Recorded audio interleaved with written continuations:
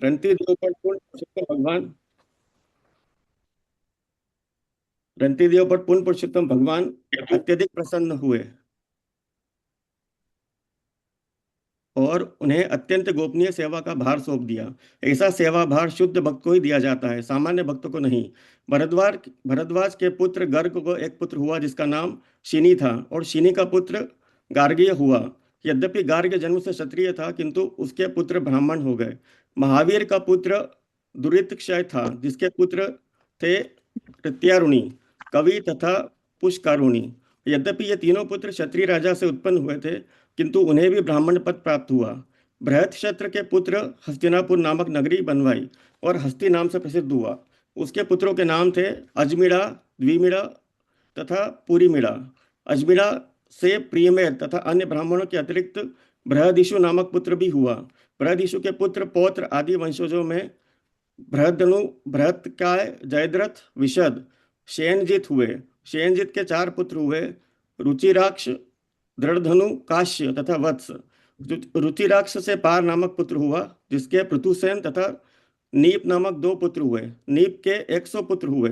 नीप का एक और पुत्र ब्रह्मदत्त था, जिससे विश्वक्सेन तथा विश्वक्सेन से उदसेन, उदकसेन तथा उत्सेन से बल्लाट हुए। द्विमिड़ा का पुत्र यवीनर था, जिसके कई पुत्र तथा पौत्र हुए, यथा कृतिमान, सत्यधृति, दृढ़नेमि, सुपार्श्व, सुमति, सन्नितिमान, कृति, नीप, उद्ग्रायदु, क्षेम, सुवीर, रिपुंजय तथा बहुरथ। पुरमिड़ा के कोई पुत्र नहीं था, किंतु अजमिड़ा के अन्य पुत्रों के अतिरिक्त नील नाम का एक पुत्र हुआ, जिसके पुत्र का नाम शांति था। शांति के वंशज से सुशांति, पुरुज, अर्क तथा भरमाश हुआ। भरमाश के 5 पुत्र थे, जिनमें से मुद्गल ने ब्राह्मण वंश को जन्म दिया। मुद्गल की जुड़वा संतान में दिवोदास पुत्र तथा पुत्री अहिल्या थी। अहिल्या के पति गौतम थे, जिनसे शतानंद का जन्म हुआ। शतानंद का पुत्र सत्यरथी हुआ और उसका पुत्र शरद्वान था। शरद्वान का पुत्र कृप तथा और पुत्री का नाम कृपी था, जो बाद में द्रोणाचार्य की पत्नी बनी। हरे कृष्णा प्रभु जी। इस प्रकार यहाँ पर मुख्यतः रंतिदेव की कथा और उसके बाद आगे के राजाओं का वर्णन आ रहा है। बहुत विशेष ये रंतिदेव का चरित्र है, जहाँ एक वैष्णव की उदारता, उनकी सहिष्णुता, कई लक्षण देखने के लिए मिलते हैं। और यहाँ तक कि जब कोई राजा इस तरह धर्म परायण होता है या भक्त होता है, तो सारे राज्य को फल मिलता है। ये सारी शिक्षाएं इस एक लीला से बताई जा रही हैं। श्रीशुक उवाच विततस्य सुतान् मन्यो बृहत् क्षत्रो जयस्तथा महावीर्यो नरो गर्ग सकृतिस्तु नरात्मजा। धर्मपाल प्रभु। हरे कृष्णा प्रभु जी। श्री सुखदेव गोस्वामी ने कहा, क्योंकि मरुदगणों ने भारद्वाज को लाकर दिया था, इसलिए वह वितत कहलाया। वितत के पुत्र का नाम मन्यु था, जिसके 5 पुत्र हुए, बृहस्पति, जय, महावीर, नर तथा गर्ग। इन पांचों में से नर के पुत्र का नाम संकृति था। तो पिछले अध्याय में हमने पढ़ा था किस तरह भारद्वाज का जन्म हुआ, और बाद में बृहस्पति ने और ममता ने, दोनों ने उनका पालन करने को मना कर दिया, तो मरुदगणों ने उनका पालन किया। और यहाँ पर भरत महाराज संतान प्राप्ति के लिए यज्ञ करते हैं, तो भरद्वाज उनको पुत्र रूप में मिल जाता है। गुरुश्च रन्तिदेवश्च संकृते पाण्डुनन्दन रन्तिदेवस्य महिमा इहामुत्र च गीयते। हरिओम प्रभु। हे महाराज परीक्षित, हे पांडु वंशज संकृति के 2 पुत्र थे, गुरु तथा रंतिदेव। रंतिदेव इस लोक में तथा परलोक दोनों में ही विख्यात है, क्योंकि उनकी महिमा का गान न केवल मानव समाज में अपितु देव समाज में भी होता है। हरे कृष्ण। तो इस तरह वंशावलियों का वर्णन करते करते जो विशेष कुछ पात्र लगते थे सुखदेव गोस्वामी को, उसका विस्तार करते थे। जैसे हमने पहले पुरुरवा की कथा, ययाति का चरित्र, और फिर बाद में दुष्यंत, शकुंतला, और यहाँ पर अभिरंती देव। तो मुख्यतः तो उनको वंशावलियों को बढ़ाते बढ़ाते भगवान के अवतार तक लेके जाना है, लेकिन उसके बीच में भी कुछ ऐसे वैष्णव चरित्र अगर हैं तो उनको छोड़कर नहीं जा रहे हैं, उनको बताते जा रहे हैं। वियद्वितस्य ददतो लब्धां लब्धां विभुक्षतः निष्किञ्चनस्य धीरस्य सुकुटुम्बस्य सीदतः व्यतियोरष्टचत्वारिं सदहने अपि बत् किल घृतपायासं यावं तोयं प्रातरुपस्थितं कृच्छ्रप्राप्तकुटुम्बस्य श्रुतत्रिभ्यां विपथो अतिथिर्ब्रह्मणः काले भोक्तुकामस्य चागमत्। बसंत प्रभु ऐसे ही पढ़ो जोर से।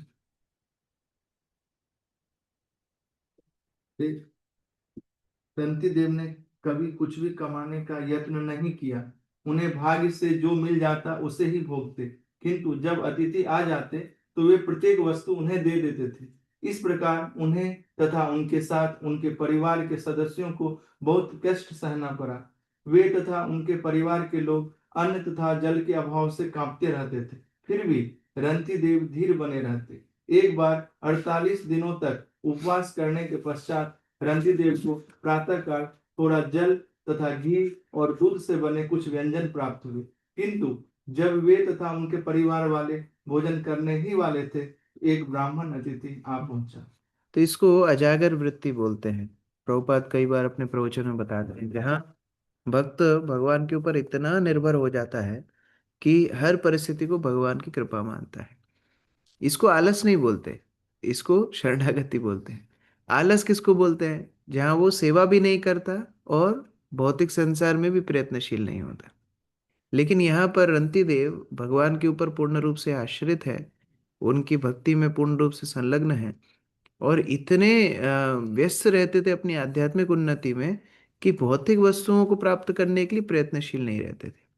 तो 48 दिनों तक उन्होंने कुछ खाया पिया नहीं। हम लोग एक दिन एकादशी करते हैं, निर्जला एकादशी, तो हमको कुछ एक बोध होता है कि कैसे बिना खाने पीने, और 48 दिनों तक उन्होंने इतना इस तरह एक तरह का उपवास ही हो गया। उसके बाद उनको कुछ व्यंजन इत्यादि मिले तो एक ब्राह्मण अतिथि घर में आए।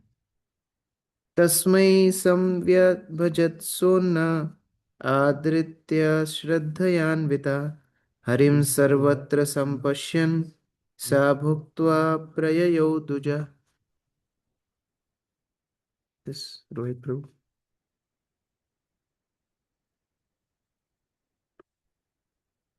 क्योंकि तुलसी देव को सर्वत्र एवं हर जीव में भगवान की उपस्थिति का बोध होता था, अतएव वह बड़े ही श्रद्धा सम्मान से अतिथि का स्वागत करता और उसे भोजन का अंश देता था। उस ब्राह्मण अतिथि ने अपना भाग खाया और फिर चला गया। तो ये पिछले श्लोक में ही बताया था कि किस तरह केवल रंती देवी नहीं, उनके परिवारजन भी भूख प्यास में कपकपाते थे, लेकिन फिर भी इतने सहिष्णु थे कि कभी किसी से कुछ मांगते नहीं थे। यहाँ रंती देव के पास जैसे ही ब्राह्मण आए और 48 दिन के भूखे रंती देव जो कुछ उनके पास व्यंजन इत्यादि थे वो सब उस ब्राह्मण को दे दिए। तात्पर्य।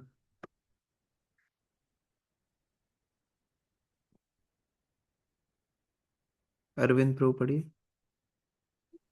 तात्पर्य। रंती देव को प्रत्येक जीव में पूर्ण पुरुषोत्तम भगवान के दर्शन होते थे, किंतु वे कभी यह नहीं सोचते थे कि चूंकि श्री भगवान प्रत्येक जीव में हैं, अतएव प्रत्येक जीव श्री भगवान है। इसी प्रकार वे जीव जीव में भेद नहीं मानते थे। उन्हें ब्राह्मण तथा चांडाल दोनों में श्री भगवान की उपस्थिति प्रतीत होती थी। यह वास्तविक समदृष्टि है, जैसा कि स्वयं श्री भगवान ने श्रीमद् भगवद गीता में पुष्टि की है। विद्या विनय संपन्ने ब्राह्मणे गविहस्तिनि शुनि चैव स्वपाके च पंडिता समदर्शिनः। वास्तविक ज्ञान होने से विनीत साधु, विद्वान तथा भद्र ब्राह्मण गाय, हाथी, कुत्ते तथा चांडाल को समान दृष्टि से देखता है। पंडित अर्थात विद्वान व्यक्ति प्रत्येक जीव में श्री भगवान की उपस्थिति देखता है। यद्यपि आजकल तथाकथित दरिद्र नारायण को प्राथमिकता देने की प्रथा बन चुकी है, किंतु रंती देव के पास किसी एक को प्राथमिकता देने का कोई कारण नहीं था। यह विचार की चूंकि नारायण दरिद्र अर्थात गरीब के हृदय में उपस्थित हैं, अतएव गरीब को दरिद्र नारायण कहा जाए, भ्रांत धारणा है। ऐसे तर्क से तो कुकर सुकर भी नारायण बन जाएंगे, क्योंकि श्री भगवान उन सबके हृदयों में भी रहते हैं। हमें ऐसा नहीं सोचना चाहिए कि रंती देव की विचारधारा ऐसी थी। वे तो प्रत्येक को श्री भगवान का अंश मानते थे, हरि संबंधी वस्तुतः वस्तुनः। ऐसा नहीं है कि हर कोई श्री भगवान है। ऐसा सिद्धांत मायावादियों का है, जो सदा भ्रामक है, और रंती देव ने इसे कभी स्वीकार नहीं किया। जी। इस प्रकार से भगवान के अंश को सभी जीवों में देखते थे।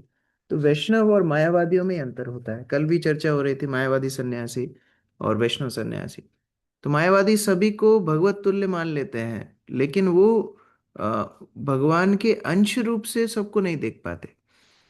लेकिन वैष्णव सबका सम्मान क्यों करते हैं? क्योंकि सबको भगवान के अंश रूप में देखते हैं। दोनों में बहुत अंतर है। सबको भगवान मानना भगवान का ही अपराध है, भगवान का ही अपमान है। लेकिन सबको भगवान के अंश रूप में देखना भगवान को अति प्रिय है। तो इस तरह से कोई भी भेद ना करना ये महान भक्तों का लक्षण होता है। तो रंती देव उस तरह से किसी के बीच में भेद नहीं करते। अथान्यो भोक्ष्यमाणस्य विभक्तस्य महीपते विभक्तं व्यभजत तस्मै वृषलाय हरिं स्मरन्। रुद्राक्षी माता जी। हरे कृष्णा प्रभु, दंडवत प्रणाम। तत्पश्चात शेष भोजन को अपने परिवार वालों में बांट देने के बाद रंती देव अपना हिस्सा खाने जा ही रहे थे कि एक शूद्र अतिथि वहां आ गया। इस शूद्र को भगवान से संबंधित देखकर राजा रंती देव ने उसे भी भोजन में से एक अंश दिया। हरे तो कृष्ण। उदाहरण दे रहे हैं, पहले ब्राह्मण आया, ब्राह्मण की सेवा की, तो ये तो ठीक है, उचित बनता ही है। लेकिन फिर जब शूद्र आया तो उसकी भी यथावत सेवा की। जो कुछ अंश भोजन में बचा था वो उस शूद्र को भी दिया। तात्पर्य श्याम गोविंद प्रभु जी। क्योंकि राजा रंतिदेव हर एक को भगवान के अंश रूप में देखते थे, अतः वे कभी ब्राह्मण और शूद्र तथा दरिद्र और धनी के अंतर नहीं रखते थे। ऐसी समदर्शी समदर्शिना कहलाती। पंडिता समदर्शिना, जिसे यह अनुभूति हो चुकी है कि भगवान सबों के हृदय में स्थित है और सारे जीव भगवान के अंश है, वह ब्राह्मण तथा शूद्र, दरिद्र तथा धनी में कोई अंतर नहीं करता। ऐसा व्यक्ति सभी जीवों को समान रूप से देखता है और बिना भेदभाव के उनके साथ समान आचरण करता है। शिला प्रभुपाद के कई शिष्य जब अपना स्मरण बताते हैं प्रभुपाद के बारे में, उनको पूछा जाता है कि आपको प्रभुपाद के प्रति क्या चीज इतनी आकर्षित की। अलग अलग भक्त अलग अलग वस्तुएं बताते हैं, लेकिन कई भक्तों ने ये बताया कि प्रभुपाद की समदर्शिता सबसे ज्यादा उनके हृदय को आकर्षित की।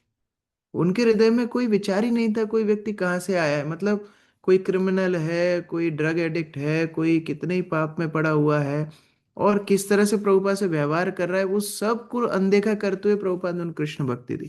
तो ये समदर्शिना का उदाहरण है। समदर्शिना का एक और महत्वपूर्ण अंग है हर स्थिति में भगवान को देखना।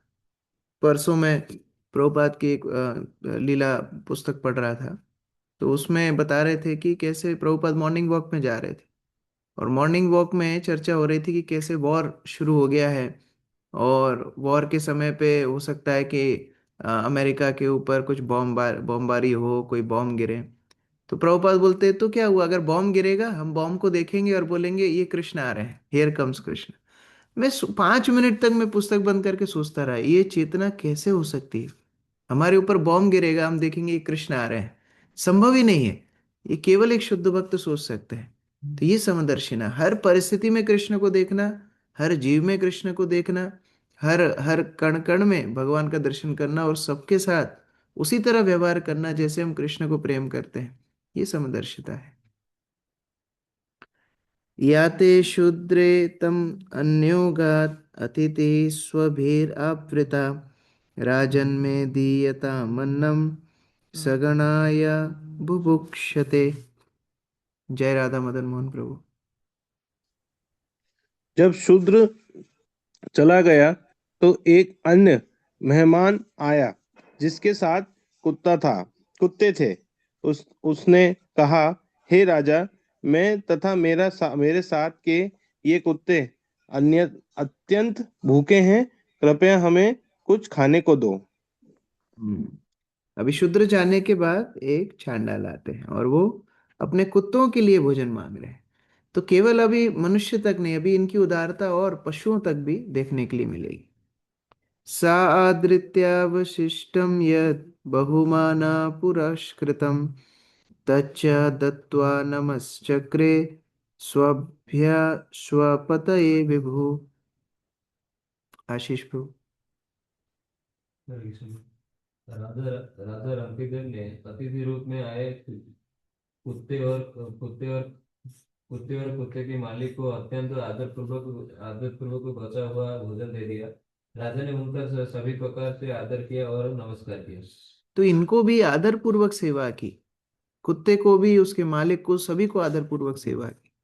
तो इतना ये उदारता है। इसलिए हम लोग चैतन्य महाप्रभु शिक्षाओं में बोलते हैं, अमानी ना मान देना, स्वयं के मान की अपेक्षा ना हो और दूसरे को सदैव मान दे, ये वैष्णवता है।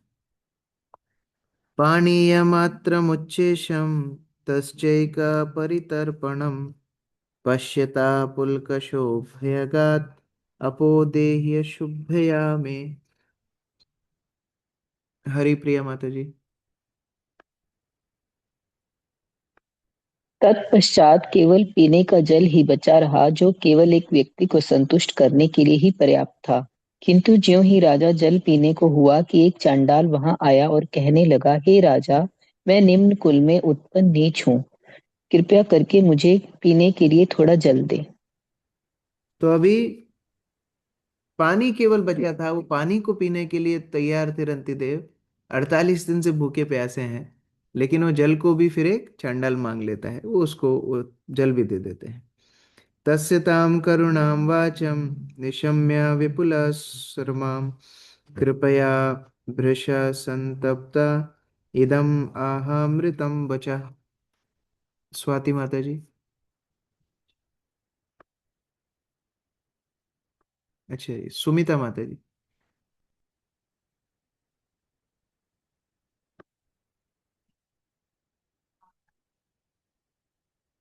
अनम्यूट नहीं कर पा रहे। ठीक है, वर्षा माता जी।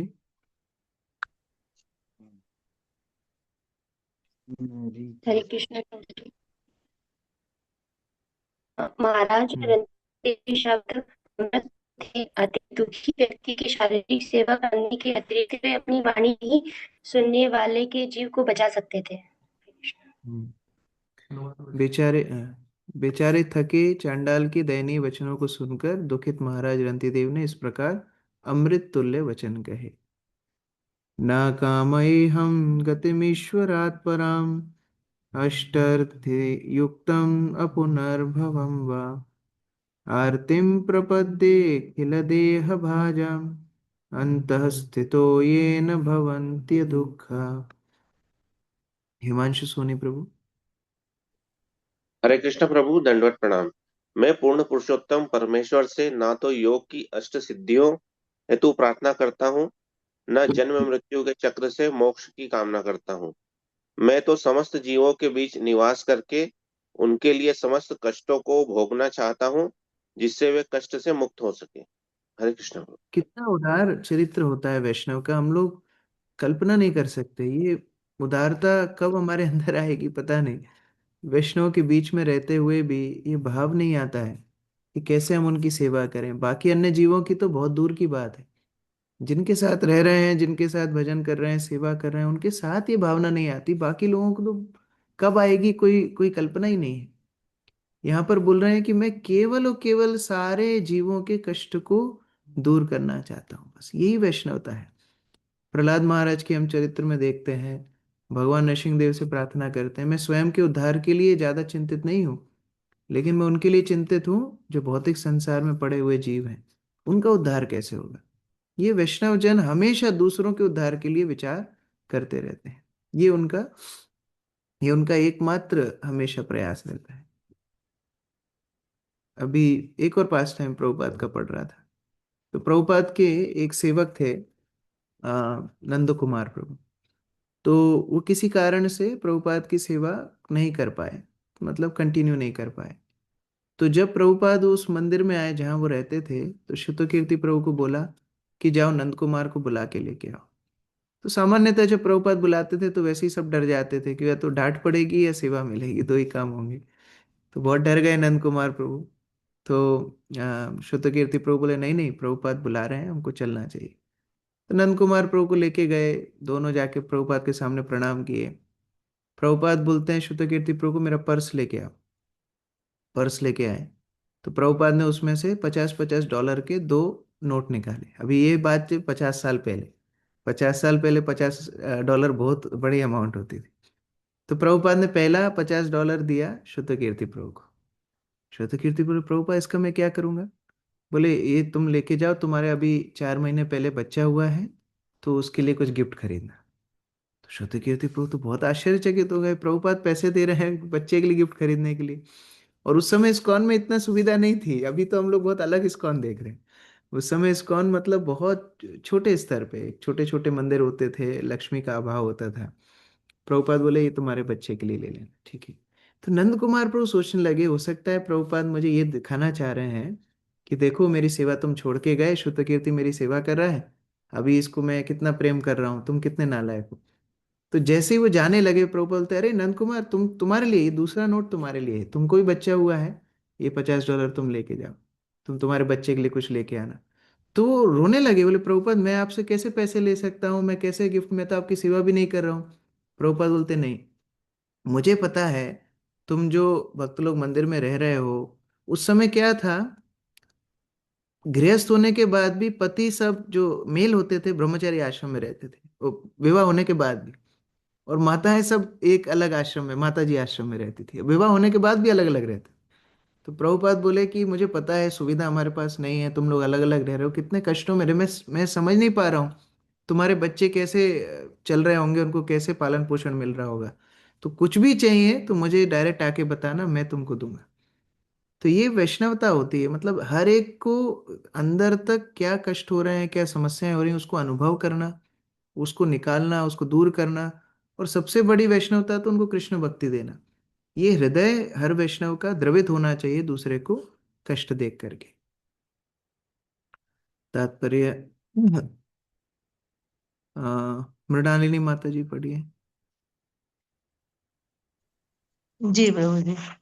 वासुदेव दत्त ने भी श्री चैतन्य महाप्रभु से इसी प्रकार प्रार्थना की थी कि वे अपनी उपस्थिति में सारे जीवों को मुक्त कर दें। उसने कहा कि यदि ये जीव मुक्त होने लायक न हो तो वह उन सबों के पाप फलों को अपने ऊपर ले सकता है और स्वयं कष्ट भोग सकता है, जिससे भगवान उन सबका उद्धार कर सके। इसलिए वैष्णव को पर सुख दुखी कहा गया है। इस तरह वैष्णव व्यक्ति मानव समाज के वास्तविक कल्याण कार्यों में अपने आप को लगाता है। हरे कृष्णा। इस प्रकार वासुदेव दत्त भी महाप्रभु के बड़े अनुयायी हैं, बहुत अंतरंग पार्षद हैं, उनके भी यहाँ पर उदाहरण दिया जा रहा है। वासुदेव दत्त महाप्रभु को बोलते महाप्रभु आप सभी जीवों का उद्धार कर दो।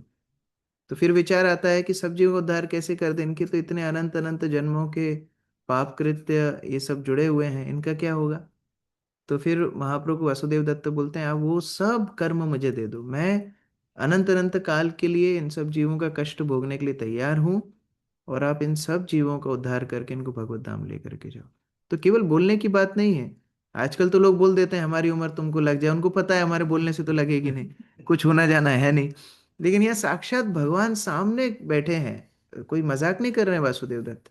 वासुदेव सबके पाप मुझे दे दो, सबके कर्म मैं भोगूंगा, आप सबका उद्धार कर दो, ये वैष्णवता है। श्रोत्रेश्रमो गात्र परिभ्रमंश्च दैन्यं क्लमशोकविषादमोह सर्वे निवृत्ता कृपणस्य जन्तोर् जिजीविषोर्जीव जलार्पणां में। अलादनी शक्ति माता जी।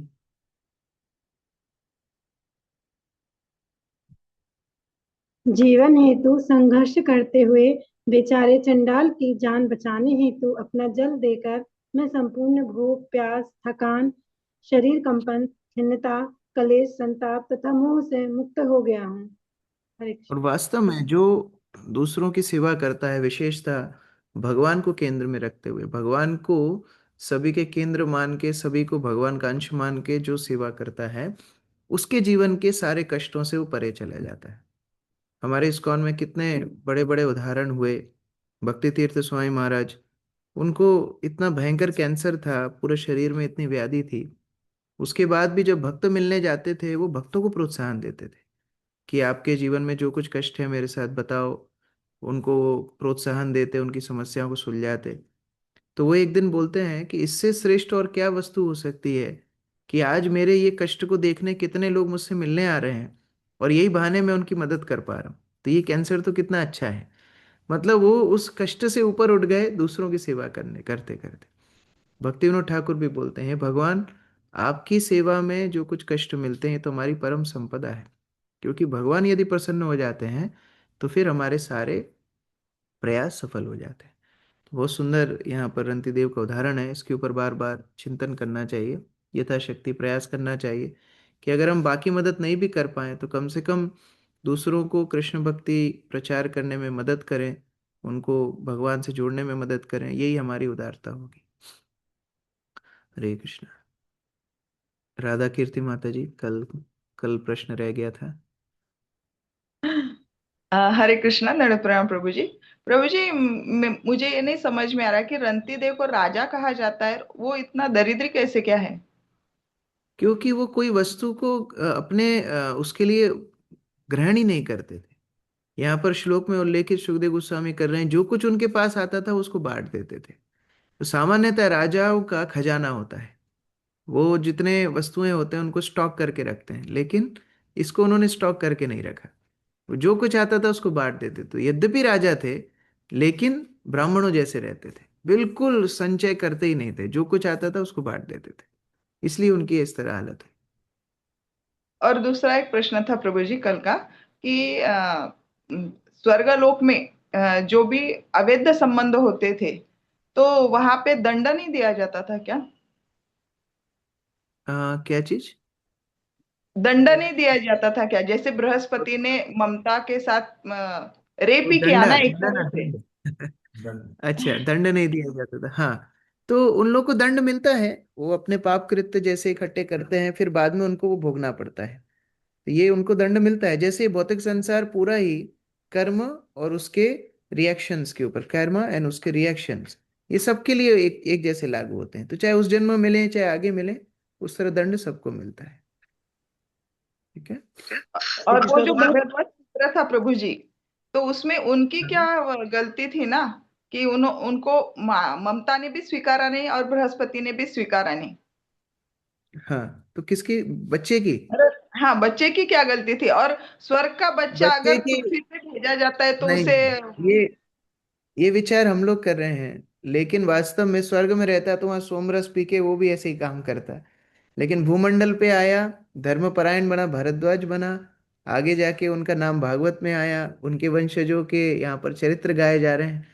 तो वास्तव में भगवान के आयोजन से उनका तो अच्छा ही हुआ। तो ये हम लोग देख सकते हैं कैसे हो सकता है आकस्मिक जो परिस्थिति रहती है वो उतनी अनुकूल ना दिखे, लेकिन भगवान का आयोजन हमेशा श्रेष्ठ रहता है, ये हमको हमेशा देखना चाहिए।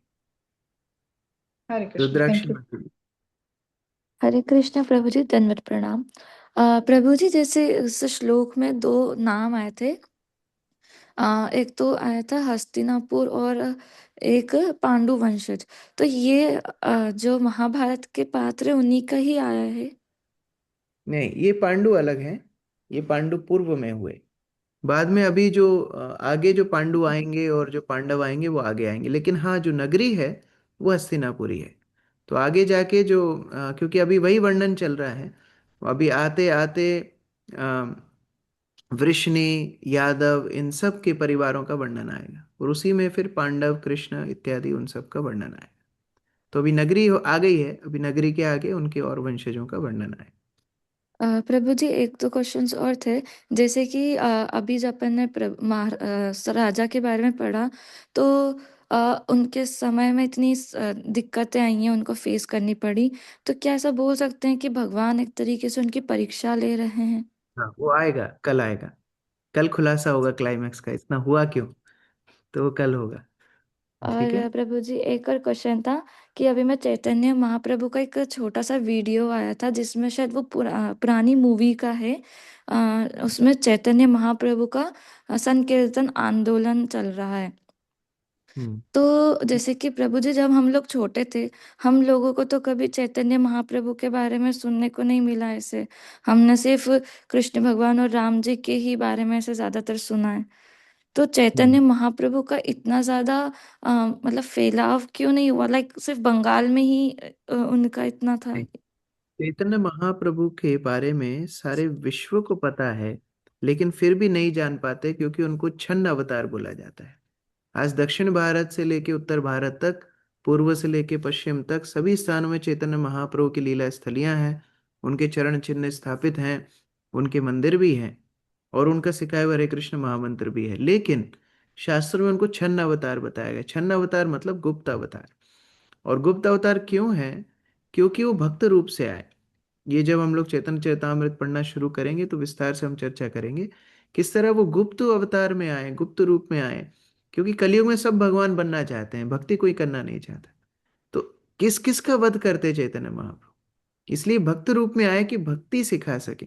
और इसीलिए चैतन्य महाप्रभु को आज हिस्ट्री बुक्स में भक्त बताया जाता है, महान संत बताया जाता है, लेकिन वास्तव में वो स्वयं भगवान है। इसके बीच में हम लोग ने एक बार भागवत प्रवेश में कई प्रमाण भी चर्चा किए थे, आप लोगों को याद होगा। कई पुराणों से, अलग अलग स्थानों से चैतन्य महाप्रभु के विषय में मैं वो डॉक्यूमेंट भी भेज दूंगा, तो आप लोग उसको देख सकते हो किस तरह चैतन्य महाप्रभु के विषय में अलग अलग पुराणों में, अलग अलग उपनिषदों में, वेद में भी उल्लेखित आता है। यस, अंकित प्रभु। हरे कृष्णा प्रभु, दंडवत प्रणाम। प्रभु जी, क्वेश्चन तो लॉजिकल है, इसका कोई सेंस नहीं है, बट पुराने समय में मतलब जल का इतना अभाव नहीं था। राजा रंतिदेव तो राजा थे, तो राज्य चलाना इस तरह से, जिस तरह से वो राज्य चलाते थे, तो राज्य का चलना संभव नहीं है। दूसरा, जल का तो अभाव पहले ऐसा नहीं था, आज हो भी सकता है, पर जल तो सुलभ मौजूद था हर समय। हर जगह पे कुएं थे और बहुत सारी चीजें थी जल की। तो जल का अभाव हो गया कि जल भी नहीं था पीने के लिए, ये थोड़ा सा। नहीं, अभाव नहीं है। ये हमने जो पहले चर्चा की, ऐसा नहीं था कि रंती देव के पास कोई क्षमता या कोई वस्तुओं का अभाव था। पहले श्लोक का जो वर्णन हम कर रहे थे, वो इतने व्यस्त थे भगवत भक्ति में कि अजागर वृत्ति, अजागर वृत्ति मतलब जैसे अजगर स्वयं अपना बिल नहीं बनाता, वो चूहे के बिल में रहने लगता है, उसी तरह से इतने व्यस्त रंती देव अपनी भगवत भक्ति में रहते थे कि वो अन्यत्र प्रयास नहीं करते थे। तो ये अन्यत्र प्रयास ना करने के कारण शारीरिक रूप से वो उदासीन थे। जैसे सुदामा, सुदामा का जब चरित्र हम लोग पढ़ेंगे दशम स्कंद में, सुदामा दरिद्र नहीं था, सुदामा विरक्त था। विरक्त और दरिद्र में अंतर होता है। विरक्त मतलब वो भिक्षा करने ही नहीं जाते थे। उनकी उनकी जो पत्नी थी 5 घरों में जाती, जो मिलता लेकर के आ जाती। अगर वो ब्राह्मण पुरोहिती काम करते तो खूब धन में रहते, क्योंकि उस समय वैदिक काल में क्या ब्राह्मणों का भी अभाव हो सकता था? कहीं एक अनुष्ठान करेंगे, 100-150 गाय वैसे ही मिल जाएंगी। अभी आप हम लोग वो पढ़ रहे थे दुष्यंत महाराज, कितनी 18,000, 18,300 कल पढ़ रहे थे हम। 13,084। 13,084, 13,084 गाय एक एक ब्राह्मण को बट रही है। 13,084। तो रंती देव क्यों भूखा रहेगा? रंती देव वास्तव में विरक्त इतने थे कि वहां तक जाकर के जल भरना पीना वो भी उनको टाइम वेस्ट लगता था। जैसे षड गोस्वामीगण, 6 गोस्वामी जो वृंदावन में रहते थे, तो उनको क्या अभाव था किसी वस्तु का? रूप गोस्वामी अकेले के पास 500 गाय थी। क्यों? ब्रजवासियों की वो सेवा कर सके। लेकिन स्वयं कैसे रहते थे? त्यक्ता तूर्णम अशेष मंडलपति, एकदम विरक्त, न खाने की सुध, न पीने की सुध, न सोने की सुध। तो उस तरह वो विरक्त थे। तो ये सिद्धांत वहां वो पहले श्लोक से हम लोग समझ सकते हैं। Thank you. ठीक हरे है। कृष्ण। जय राधा मदन मोहन प्रभु। हरे कृष्ण प्रभु जी। प्रभु जी, हम जिस तरह से वर्णन सुन रहे हैं, रंती देव पूरी तरह से मतलब ईर्ष्याहीन थे। मतलब ईर्ष्या तो था ही नहीं उनके अंदर बिल्कुल भी। बट प्रभु जी, हम भी जैसे प्रैक्टिकली देखते हैं, हम जानते हैं कि हम वैष्णवों से प्रेम करेंगे तो ईर्ष्या का भाव खत्म हो जाएगा। लेकिन प्रभु जी, ये 100% प्रैक्टिकल मेरे लिए हो नहीं पा रहा है। तो प्रभु जी, कैसे इसको अपनी लाइफ में ऐसे एग्जीक्यूट करूं कि ये भाव डिमिनिश हो जाए एक तरह से, हालांकि बहुत मुश्किल है फिर भी। इसीलिए हमारा नाम भागवतम में नहीं है, रतिदेव का नाम भागवतम में है ना। हम साधक हैं, वो सिद्ध है। हम ये जो उदाहरण पढ़ रहे हैं ये हमारी प्रेरणा के लिए है। जैसे जैसे हम भगवत भक्ति में आगे बढ़ते हैं, इन उदाहरण के ऊपर हमको विचार करना चाहिए। प्रहलाद महाराज के ऊपर, रंती देव के ऊपर, वसुदेव दत्त, जितने भी उदाहरण आज श्रील प्रभुपाद ने बोले, तो जब हम इनके ऊपर चिंतन करेंगे, धीरे धीरे हमारे अंदर वो वैष्णवता आएगी। और सबकी मूल तो है भक्ति। भक्ति का आश्रय लेने से सारे गुण उदित होते हैं, है ना। जब हम भक्ति का अनुसरण करते हैं, जप करते हैं, भक्त बनते हैं, तो सारे गुण, सहिष्णुता हो, विनम्रता हो, उदारता हो, निर्मत्सरता हो, ये सारे गुण अपने आप उदित होते हैं। कर्मी और ज्ञानियों के और भक्तों के बीच में ये अंतर है। कर्मी ज्ञानी पहले गुणों को प्रधानता देते हैं और फिर उसके माध्यम से वो सिद्ध होते हैं। भक्त क्या करते हैं, ये पैरेलल चलता है। हम लोग विनम्रता का अभ्यास भी करते हैं, भक्ति का अनुशीलन भी करते हैं, लेकिन हमारी मुख्य शक्ति आती है भक्ति के अनुशीलन से। जो हम भक्ति की साधना कर रहे हैं, श्रवण कीर्तन जो भी हम साधना कर रहे हैं, वो साधना के माध्यम से सारे गुण भक्त के अंदर प्रकाशित होते हैं। और नहीं तो कैसे संभव था कि प्रभुपाद ने जब प्रचार किया, जो बिल्कुल ही सभ्यता से विमुख थे, वो लोग इतने अच्छे वैष्णव बन गए? कैसे संभव था? उनके अंदर ये सारे गुण कैसे आ गए? हर चीज तो सिखाई नहीं जाती, हर चीज बताई नहीं जाती। ऐसे कोई मैनुअल्स नहीं है कि इस सिचुएशन में ये करो, उस सिचुएशन में वो करो। हम लोग जब GBC college zonal supervisor course कर रहे थे, तो हमको एक बहुत सुंदर वर्कशॉप 2 दिन की दी। रघुनाथ प्रभु हैं, अमृतसर में बहुत अच्छे भक्त हैं, उन्होंने बहुत अच्छी एक वर्कशॉप दी। और उसमें उन्होंने कई कार्ड्स दिए थे हमको, जैसे ताश की गड्डी होती है, ऐसे एक कार्ड्स का बंडल दिया था। और उस कार्ड्स के बंडल में था कि कौन सी सिचुएशन में आपको कैसे रिस्पॉन्ड करना है। तो मैं सोच रहा था, अब मान लो मेरे सामने सिचुएशन आई, तो मैं वो गड्डी पहले निकालूंगा, फिर उसमें से कार्ड ढूंढूंगा, फिर वो कार्ड पढ़ूंगा और फिर मैं रिस्पॉन्ड करूंगा, तो ये तो संभव ही नहीं है ना। तो फिर उन्होंने समझाया कि नहीं, इसका अभ्यास पहले करो और धीरे धीरे जब आप भक्ति में निपुण होगे, जैसे जैसे आप भक्ति का आपको पोषण मिलेगा, वैसे वैसे ये सारे गुण अपने आप आपके लिए बहुत नेचुरल हो जाएंगे। तो इसलिए जब हम ये सब लीलाएं सुनते हैं, जब ये सब चरित्र सुनते हैं, हो सकता है हमको लगे अरे ये तो हमारे साथ बिल्कुल भी नहीं हो रहा है, हमारा हृदय तो बिल्कुल अपोजिट है, लेकिन इसका मूल है भक्ति। जैसे जैसे हमारी साधना परिपक्व होगी, अपने आप ये सद्विचार हमारे हृदय में बढ़ने लगेंगे और जितने कल्मश हैं वो मुक्त हो जाएंगे। हरे कृष्ण। प्रभुपाद, ठीक है, 5-6 प्रश्न कल फिर लेंगे। हाँ, हरे कृष्ण। प्रभुपाद की जय, समेत भक्त वृंद की जय।